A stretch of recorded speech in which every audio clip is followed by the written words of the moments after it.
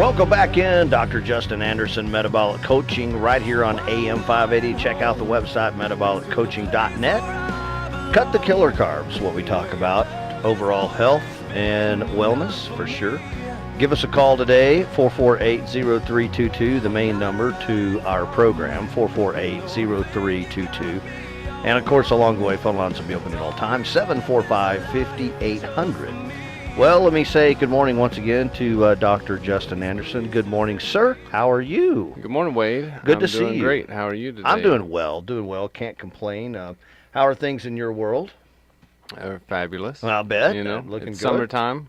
Yeah, that's right. A lot of people, even, spring and summer, people, I want to get back in shape. I want to lose a few pounds and all that kind of stuff. Get on a plan, make it work, and so we're seeing a lot of that going on. I know you have a special guest today on the show. Would you like to introduce your guest? Yes, today I brought Carol Hinkle. She's been a client of the program for about 6 months, more or less.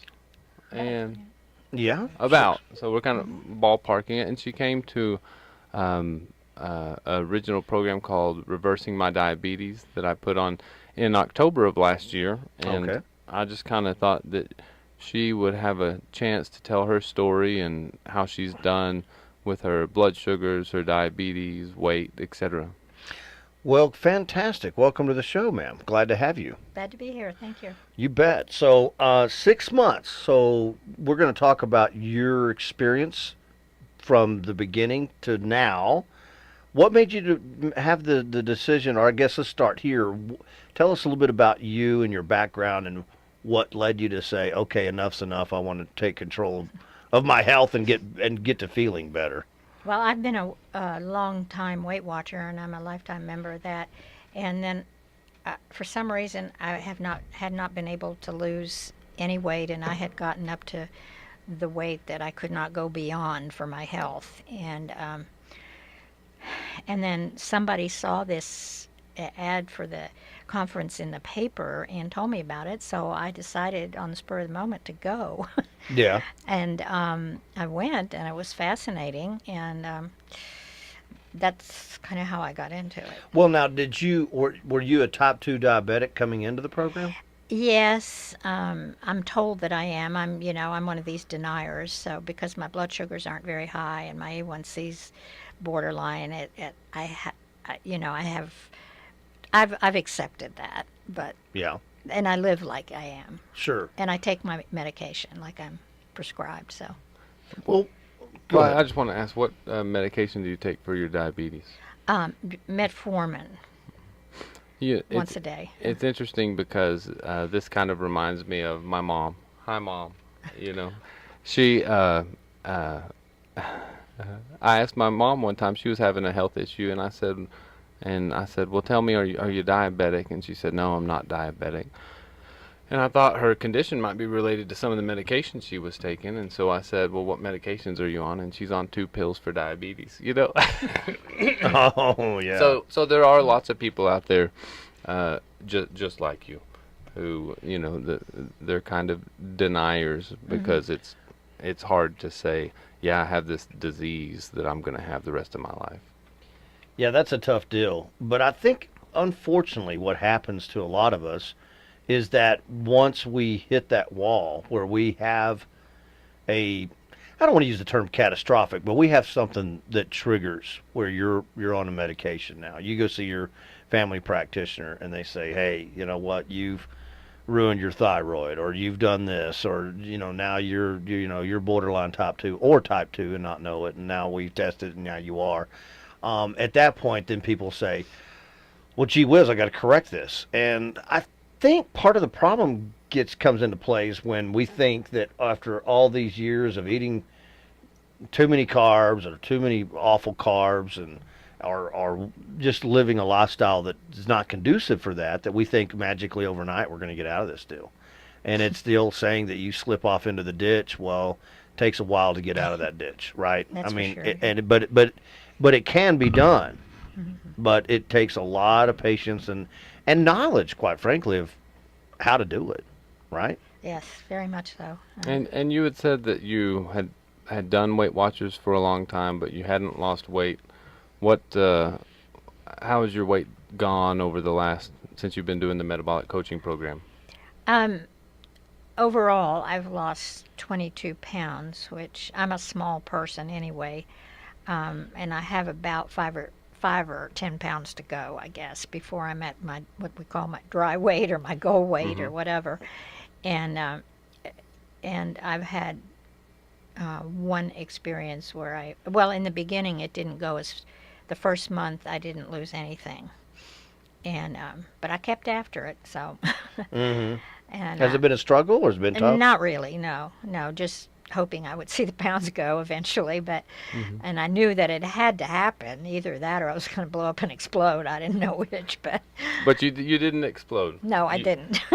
and people worry if you're not eating the whole grain breads and Yeah. instead you're And I'm a fat. carbaholic. I really was a carbaholic, Hmm. which is unfortunate if you've got diabetes. Well, okay, explain that. What you mean by carbaholic? I love carbs. And I snack. I'm a snacker. And so, I had my certain crackers and cookies that I loved and, things like that. And I think I ate out of nervousness as much, those snacks out of nervousness as much as anything. And just eventually it just kind of piled on. And Give I, us a typical day of like before the program, what you might consume in a typical day. well, I always ate breakfast because I've been kind of athletic most of my adult life anyway. Um, and so I know breakfast is important. And so I ate breakfast, the good protein and stuff like that. But I always had toast, and then I would have 2 hours later, I would have a snack. If I was at work, which I've been retired for 2.5 years, if I was at work, I would have whatever was in the snack room, which, people bring in donuts and stuff like that. Yeah. Or they Yeah, bring the in sweet stuff, huh? they bring in dips and crackers and, things like that. And so I would, and then I would have my dinner in the middle of the day when I was working, and I kind of continued that. And there were times when I wasn't eating well and I was just snacking. Just snacking on junk stuff. Yes, All the yes, time. yes. I didn't eat, I didn't eat a lot of stuff like at McDonald's or Dairy Queen or anything like that, fast food. But yeah, junk. Junk, junk, junk. Okay, so you're on the junk train, which a lot of Americans are. I mean, look, I've been there. We've all been there. I'm trying, again, I've cut out a lot of the junk myself, but it's a challenge because we're surrounded by junk. Junk is advertised heavily. And candy, oh, just a little candy here, a candy bar here, So what helped you to overcome the carbaholic part? Because that's what a lot of people struggle with. Oh yeah, absolutely. I think it was a blessing from God. That's all I can say, because I came home from that conference and I didn't have another carb, and I kept it under 20 for at least 3 weeks. And, then I would, maybe have, allow myself up to 20. And then I read about Atkins, and I read about, what's that other one? South Beach, and have similar guidelines. And I realized what I was doing exactly. And having had a career in healthcare, I understood nutrition and I understood all that. So I knew where I was going with it. You had to unlearn everything you knew about nutrition. You had to turn it upside down. Yeah, I mean, I hate to say, but the way we treated our diabetics was not good. I went to I had a client of the program. He was in the hospital, actually in the ICU, and I went to go visit him in the ICU. And his blood sugars had been running 100 to 115. His blood sugars were excellent out on the street. And I went to visit him in the ICU, and I was happened to be there right when the technician came by to do his finger stick, and his blood sugar was 415. And that's 415 in the hospital in the ICU, where they're supposed to be treating you as carefully as possible. And I said, I said, what did you just eat? And he said, well, they brought me this tray, and it was Rice Krispies, toast with margarine instead of butter, and skim milk, and fruit juice, and that was his, diabetic diet. Wow, really? That's crazy. There's a book I recommend for any type 2 diabetic called Dr. Bernstein's Diabetes Solution. And in Dr. Bernstein's Diabetes Solution, he has even a little section in the book about how if you're type 2 diabetic and you get put in the hospital and you're on a low carbohydrate diet, how you ask the staff and the hospital administrators to please control your blood sugar within a normal range, because the higher someone's blood sugar is in the hospital, the higher their morbidity and mortality, which means their chance of getting sicker or their chance of actually passing away. And so it's an excellent book. It's like the Bible for type 2 diabetes and a low carbohydrate diet. Dr. Bernstein's Diabetes Solution. Interesting. And so, yeah, you have to make that request. Otherwise, the hospital's just going to feed you junk while you're there. Right. The standard diabetes diet is a low fat diet, and because it's low fat, it tends to be higher in carbohydrates, which tends to make your blood sugar higher instead of lower. You get the insulin response, it spikes, and therein lies the problem, right? Yeah, exactly. Now, how does the metabolic since you've been in healthcare and you've done Weight Watchers, how does your diet now, like the low carbohydrate metabolic coaching diet, how does that differ from what you had done before, say with Weight Watchers? Okay, Weight Watchers, as most people who've been on it know, that's based on points, and you have points based on your weight. General, it's kind of a ballpark that they take with weights. A range of weights get a certain amount of points per day, and then you have extra points allowed for a week, and then they have points allotted to the foods, and they've upgraded it in the last few years. They keep upgrading it and changing it up a little bit, but I still was able to eat carbs on the Weight Watcher diet, unless I just decided on my own for some reason to cut them out. But they were still okay to include them in the points. They did talk a little bit about the glycemic index, not much, but they did. So, and the points are basically based on calories, more or less. Right, yeah, they are. I don't remember if there's a heavier weighting for fat, if the fat has more points, or if it's just because fat has more calories. No, it's not. It's just the deal with them is that you plan, you journal, and you plan. So you have this little thing. If you want to get it, you can get it to plan, and you have a little book you can plan, or you can do it online, and so you know what your meals are going to be for the day, for the week, and sounds like my wife. She's a planner. Yeah, she's a planner. Right. I'm. And are really you planning now? No. No. I've got to get that into my program. Right. But you've lost 22 pounds over 6 months, essentially 24 weeks, and that's about a pound a week, and a pound a week is normal average weight loss. Yeah, that's what we were always told in Weight Watchers. Yeah. So for a post-menopausal woman, a pound a week. Sometimes they can do 2 pounds a week. I've had some that can do 2 pounds a week consistently, but a pound or two a week, perfectly normal. As long as you're doing that, you're on track on a low carbohydrate diet. For men, it's more. It's 2 or 4 pounds a week. It's not fair. No. But it's just the way it is, It's, Well, why is that though? Is it it's a metabolism situation, hormonal?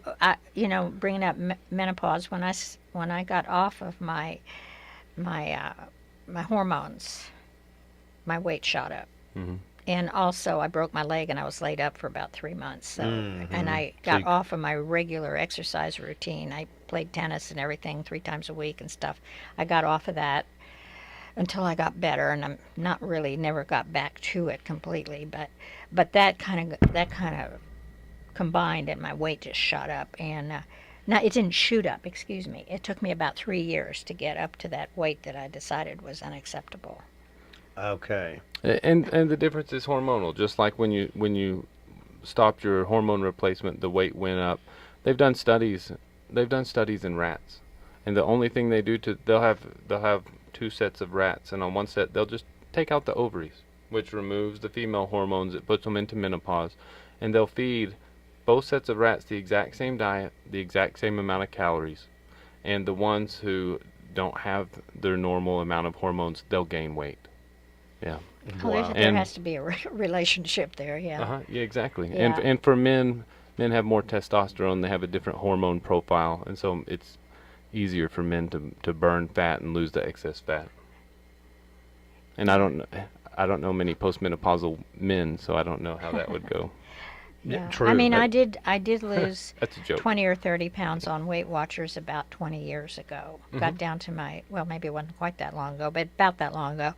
And so my goal weight was 120 at that time. And that's, I was allowed to vary 2 pounds a week without having to go back on the weekly paying of it, because once you become a lifetime member, you can, you don't have to pay anymore. So, and they give you 65 extra points. So I went into those 65 points, and along with those other things that happened, and wow. The weight came on. So now I know, uncomplicated, just keep the carbs low, and I really have to get after that snacking, and it has to do with the tapes and, the mental approach to Do you do the audios? food. From time to time I do, yeah. Because it's somehow or other been able to stay focused on the no carbs or the low carbs. I mean, I haven't had to do it all the time, but now I realize I'm sneaking back into my snacking habits. Well, as long as you're snacking on, Carrots, but I'm not. broccoli and ranch dressing, you're okay, right? Right, yeah. I mean, seriously. I love cheese, so that's one of my snack items, and I buy And cheese is okay, right? Mm-hmm. Yeah. Yeah, cheese is okay. and broccoli would help, but those sliced apples, I get those because they're easy, and my dogs like them too, so we snack together. And I have to keep my dog's weight down too. Yeah. Now you had mentioned that you had lost some weight, and then you kind of reached a plateau for a while, and then you ended up losing some more weight. Can you identify what you think it was that helped you break your weight loss plateau? Well, I had mentioned it in one of the emails, and you had emailed back about that. That some people have found fasting helpful, and I don't recall if it was it was you. So I looked at how to fast, or maybe that was somewhere. I'm Right, not sure where that right. came from, but anyway, and fasting meant because you said a lot of the people in your group. And, So you tried intermittent fasting right, and on top of the yes, low I carb. never quite got it to where it was like for 24 hours, 3 times a week fast, but I did get it to where I wasn't. Maybe I ate twice a day. Yeah. So you extended the period of time when you don't eat, Right, and you compressed the period of time when you do eat, right, so that there was more time when your blood sugars were normal. right, right, and so and I did start losing weight again, and that was about a month or two ago, a month and a half ago, and I lost 4 pounds in that period of time. So, because I was, And for you, that's good, because for me, that would be like losing 20 pounds. You know what I mean? So, If you got more to lose, you lose it faster. That's well, what they that's say. true. But I think the key, though, comes down into when, oh my goodness, when you get to that 10 to 15 pound, where you want to get to the ideal body weight, whatever that may be. I mean, my ideal body weight for me is about 180. Well, okay, I'm 220. All right, so I get close to, I get to 190, and I'm like, man, that last 10 pounds rough, trying to get it Yes, down. that's what they said. Yeah, I remember that a lot of people in Weight Watchers talked about that, how rough that was, that last 10 pounds. But, and I'm sorry to keep talking about Weight Watchers. It sounds like we're pushing Weight Watchers here, but it's just kind of been a part of my life for so long. But Hmm. yeah, that's right. It's hard. Well, inherently, what goes wrong with a lot of these like Weight Watcher style programs is that they got way too many daggum carbs in them. That's, I Hmm. mean, you say, okay, well, and there are, or they're calorie It's a counters. little too loose. Yeah, they say, 21 points a day. Okay, whatever. Whatever 20 you put in that's fine. Just Yeah. 21 So points a another, day. okay, 21 points. I do a Yeah. ice cream banana split. I mean, come on. I mean, Just like, she had mentioned more than once. She said, like, I'm a carbohydrate addict, right? And so really, leaving in the wheat is especially addictive. The wheat, the bread, the pasta, the donuts, and just saying count your points, that's a bad idea because it can set you off on a binge. And Hmm. also the sugars. So really being sugar free and wheat free or gluten free helps to prevent you from falling back. Helps you to prevent you from falling back into your addictive behaviors. Just like if you quit smoking, 6 months later, you don't start and just say, "Well, I can have I can have a smoke here and there." Hopefully. It doesn't work that way. Yeah. yeah, that is a problem. I mean, I've been on this not the full less than 20 grams of carbs deals, but what I'm doing now, toying with it, see how it works out for me because I think it's He's touching his toe into the pool yeah. very Well, very slowly. I do what they call carb cycling. Hmm. Where I'll go a full day Hmm. in conjunction with intermittent fasting, where I don't have any carbs. Hmm. I do the cut the killer carbs basically 3 times a week. Hmm. Hmm. I'll tell you the problem with that, Wade, is that And I know you're good. And the problem is that if you if you Kind of like turning up the thermostat and turning it down. if you have the big carb day, then it kind of kicks you out of fat burning for about 4 days. That's what happens. Yeah. And so there are people who do that, and they don't make any progress and find it very frustrating. So what I'm telling you is that if what you're doing is working, awesome. But for people on a low carbohydrate diet, if you're thinking, oh, I'll eat whatever I want on Saturday, well then your days you're probably not going to lose weight are Saturday, Sunday, Monday, Tuesday, and then you'll have a chance to lose weight Wednesday, Thursday, Friday. So you kind of lose about half of the week by kicking you out of ketosis.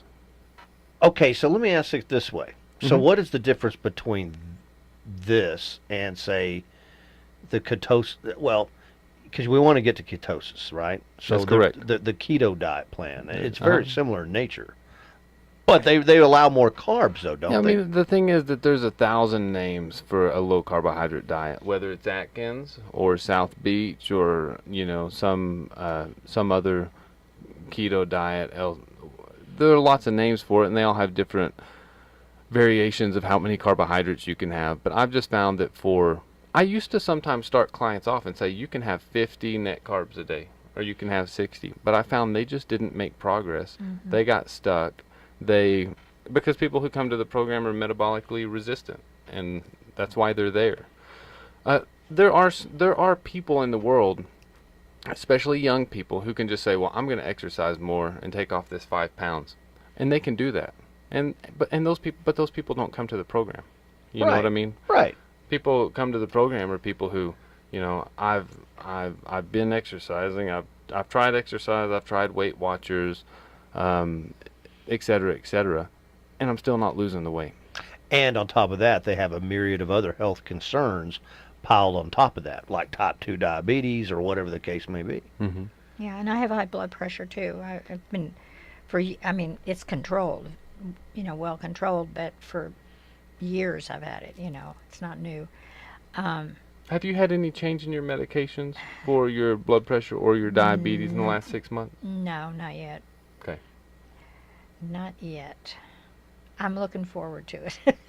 I think maybe when I get to where I'm supposed to be, Mm-hmm. maybe that will happen, but I have to see my doctor every 3 to 6 months anyway for my A1C, and also because I'm on Crestor, for the the blood work for the Crestor. So in the last 6 months since you started this cut the killer carbs, 20 grams or less per day, 7 days a week, how much total weight in 6 months have you lost? 22 pounds. 22. Yeah. Wow, that's good for Yeah. a small frame like you. Yeah, That's I a was lot. 153 when I started, and I'm 120, 131 now. And feel good? Oh, I feel fine. That's the main thing. The day after the conference, when I just mentally cut the killer carbs. I did all the tapes. I did the 6 hours and all that stuff. Listened to everything. But the very day after, when I didn't have any carbs in my system, I felt so much better. My my that fuzzy feeling you get from medication, I guess that's what it's from. It's gone. I just felt so much better. Oh, and the thing I really noticed was I always had this feeling of fullness in here, and that went away. And when I ate, it felt like I ate. And I didn't have to eat till I was full, because I'm not one of these people that gets real hungry anyway. So, but I felt so much better. My whole system felt better. That's good. That's great. We're going to take a quick break and come right back. Stick around. We got plenty to go right here on the show. But when we come back, I want to ask you, about maybe supplementation. Are you doing any of that kind of stuff along with it?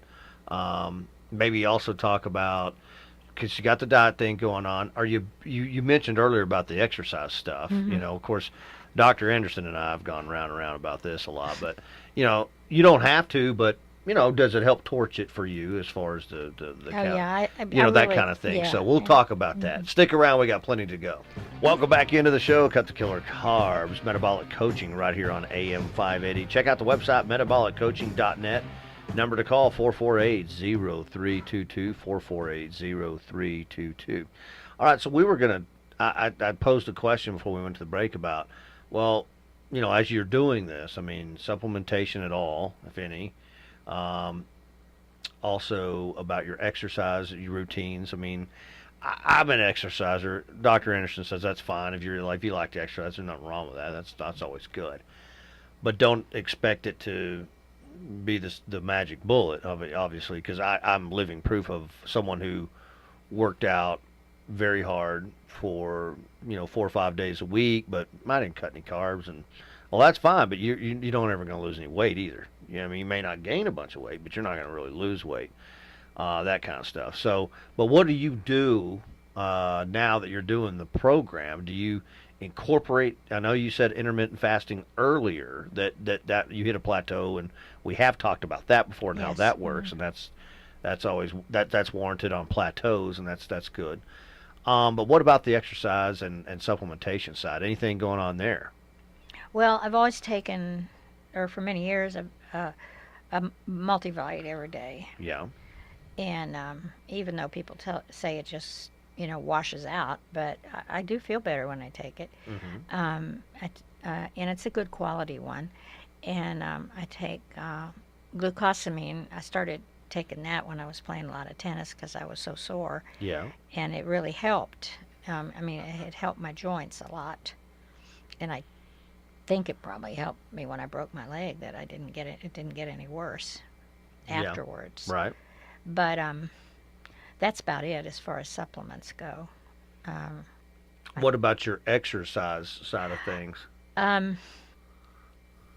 belong to a gym, Right. and I do, I have a little circuit program that I do, and resistance training, and on the circuit, and then the resistance training in the circuit and everything. And because I've been doing some sports for a long time, I have a lot of it's integrated, but that's kind of what I do. Well, that's good, because we know that studies conclusively proven as we age, and if you have some kind of resistance training, actually helps develop more bone density. And so for older people out there, and I'm not saying that they're going to go out and be a bodybuilder. That's not. But I mean, but if they do some resistance training throughout the week, 2 or 3 times a week, and I'm not talking hours in the gym either, but that does a lot for bone density. Right. And walking. And walking, Yes, again, low impact. Yeah. They say that I have this because I've done yoga for a long time. You're right.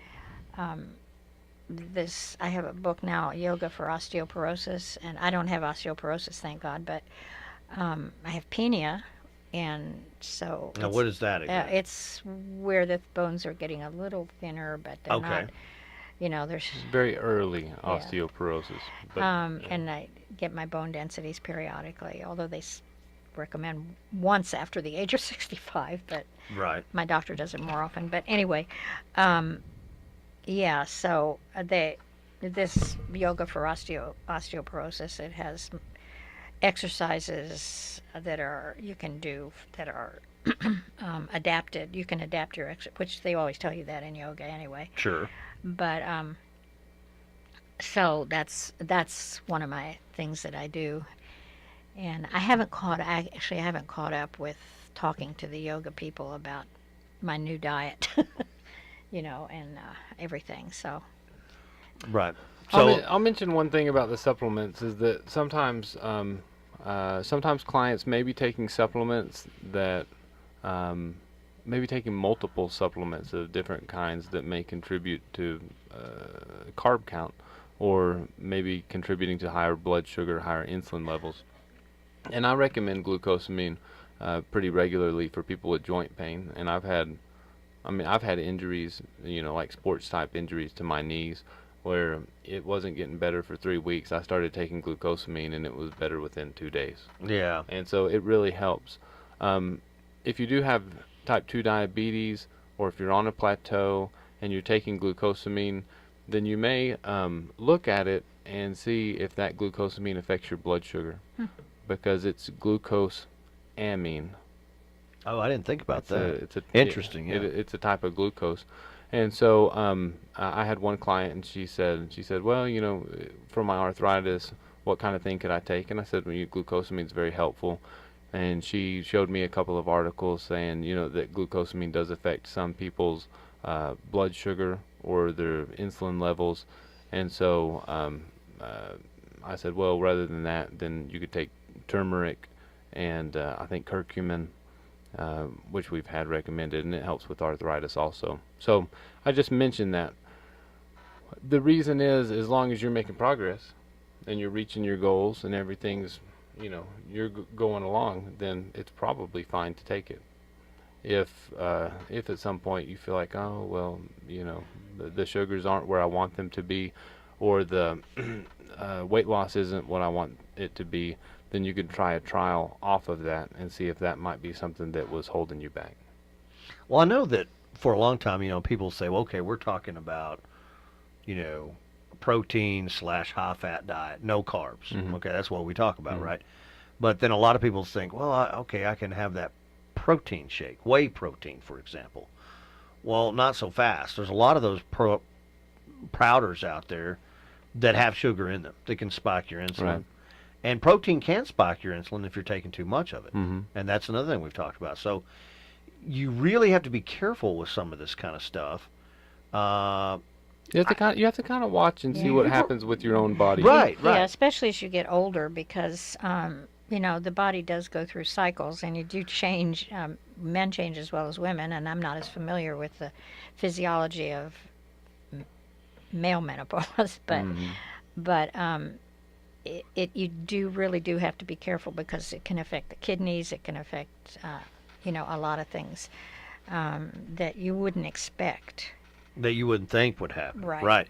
Yeah, I totally agree with that. And some of the things that I've noticed that even on, and I'm carb cycling. I mean, I'm not doing, I want to maybe eventually transition to 7 days a week. But I keep offering him a free program. I say, come take the class. Yeah, no. Want to borrow my CD? Yeah. But anyway, so I like bone broth. Okay. Yes, I do. Bone broth to me. See, I got away or I stopped using Actually, I use vegetable broth. any But, kind of whey protein at uh, all. Although there was a lot of good ones out there on the market, I'd been using them for a long time, and I just got after this show and talking with Dr. Edwards and others. I started as new studies came to bear, saying, okay, now wait a minute, you need to look at this, look at what the scientific information is all about. I started thinking, okay, so I like the bone broth stuff because it's high in protein. Like 20, I get 20 grams of protein in one little scoop, but it's like less than one net carb. It's less than one carb, and it's not sweetened up with a bunch of sugar. They got stevia in it, I think. My particular brand I use, and I find that that's way better than using a whey protein, if you will, for post workout on a resistance training situation. I found, for me personally, that works better. But again, I want to see the two of you guys down at the gym together, yeah, pumping iron. yeah, that'd be good. We need to do that.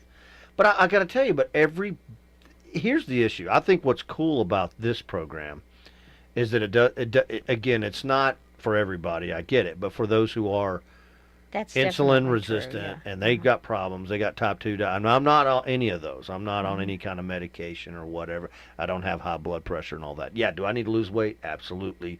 I want to get back to combat weight for me, which was about 180. So, I got to lose some pounds. There's no doubt about that. But I will tell you though that every body is their own chemistry set and they react differently Yes. to all kinds of stuff. But we know through this plan that if you run into a plateau, there's things we can do. We can do intermittent fasting, or we can do that.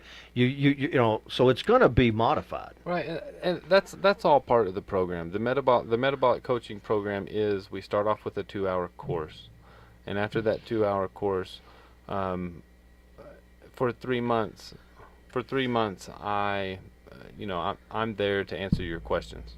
And so people, if they have a plateau, if they have a question, whatever, some people do 3 months, some people do 6, some people have done a year or longer. Yeah.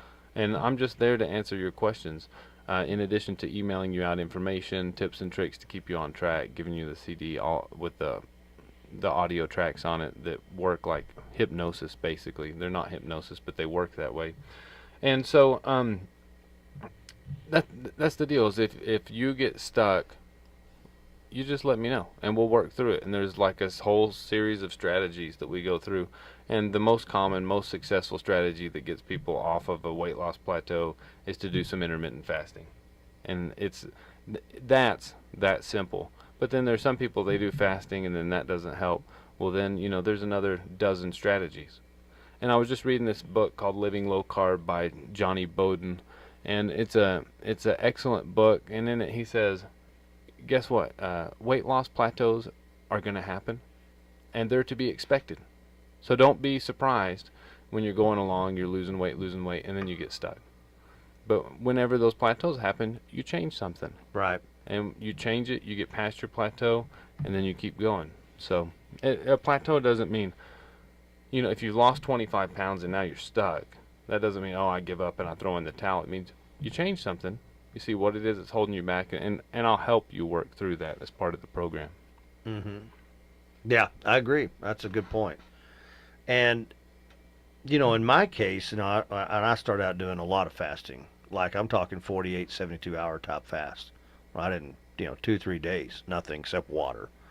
Maybe a little broth here and there, but not anything of substance.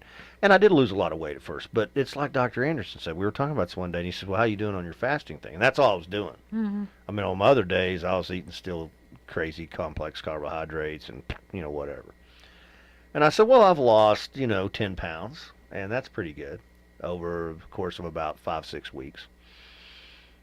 But Dr. Anderson brought up a good point. He said, but isn't it painful, though, to do that? And I go, yeah, going 3 days without food, it's, over and over and over again. Yeah. I was going from Sunday night through Wednesday evening with nothing to eat. Human beings like to eat, and I think fasting is great, and I think fasting is great, and you can fast, and it helps lower your fasting insulin levels, basically, which helps improve your insulin resistance. But I think basically if we can start people off doing a low carbohydrate diet, number one, then if they want to do some fasting, it's easier. Yeah, right. I agree. And Yeah, I mean, I always had a kind of a standoffish attitude toward fasting, because growing up we learned to fast on religious holidays and things like that, and you weren't supposed to do it unless you were guided to do it. The devil could be after you and all that kind of stuff. And that's the next radio show. I tell you that that teaching sticks. I mean, it's really amazing, even though intellectually